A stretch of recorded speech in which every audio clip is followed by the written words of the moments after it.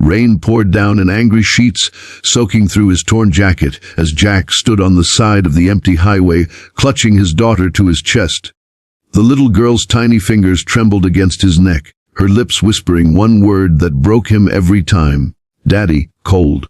He stared at the lifeless lights of the city far ahead, a place that had forgotten him long ago. Once he was a Marine, strong, respected, proud. Now he was a bankrupt father, a man with nothing left but a child and a dream of somewhere safe. He raised his eyes to the storm, whispering, "We'll just need shelter." Please, he didn't know that those words, so desperate, so quiet, would change not only his life but 20 others waiting in the shadows of the same world that abandoned him. The roar of an engine cut through the rain. A sleek black motorcycle slowed beside him, the headlight casting a sharp white glow across his face. The rider lifted her helmet, a woman, her eyes fierce yet kind, her voice calm but carrying the weight of command. "You look like you've seen hell," she said. "Both of you." He hesitated, but something about her tone, something steady, unshakable, made him believe she meant safety. He didn't know yet that she was Erin Vale, CEO of Valitech Industries, a woman who had walked away from luxury to build a biker sisterhood dedicated to rescuing broken women from the same system that had failed him. They rode through the storm toward a warehouse glowing with warm light. Inside, 20 women gathered around a long wooden table, steam rising from mugs of soup. They were tough, tattoos, scars, leather, but their smiles were real. Erin introduced him simply, "This is Jack, and this little one is Lily. Tonight, they stay with us." The room fell silent. A few of the women exchanged glances. Space was tight, supplies were low, but no one said no. One woman pulled out a blanket, another filled a bowl. For the first time in months, Jack felt the weight on his chest ease just enough to breathe. As days turned to weeks, he learned their stories, each woman with her own scars, her own past battles.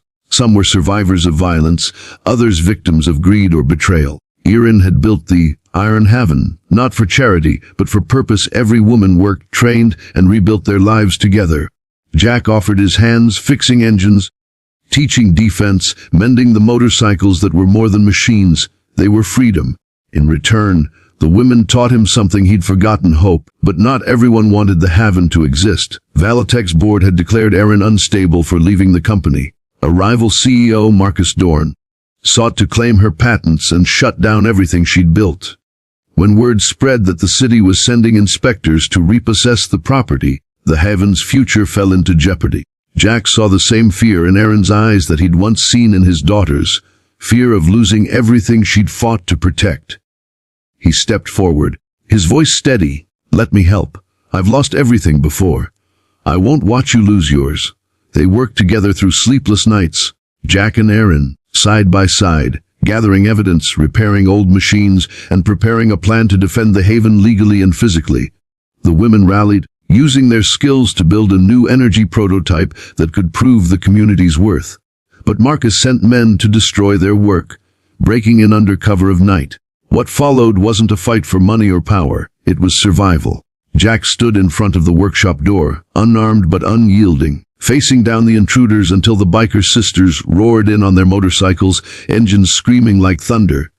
The women fought not as victims, but as warriors of their own redemption. When dawn came, the warehouse was still standing. The city's inspectors arrived just in time to see the new prototype in action.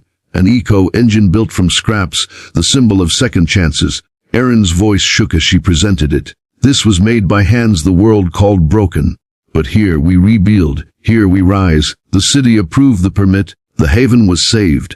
Weeks later, as the sun dipped behind the horizon, Jack watched Lily laugh with the women, her hair catching the light. Erin stood beside him, arms crossed, her usual steel softened by something rare, peace. "You came looking for shelter," she said quietly. "But maybe what you found was home." He smiled, eyes wet but steady. "No," he said, "we found it." And somewhere in the distance, 20 motorcycles roared to life again, not running from the past, but racing toward the future. That night, the rain returned, but this time it sounded like music against the roof. Because for the first time in a long time, everyone inside the Iron Haven finally had what they'd prayed for: shelter, and a family that would never let them fall again.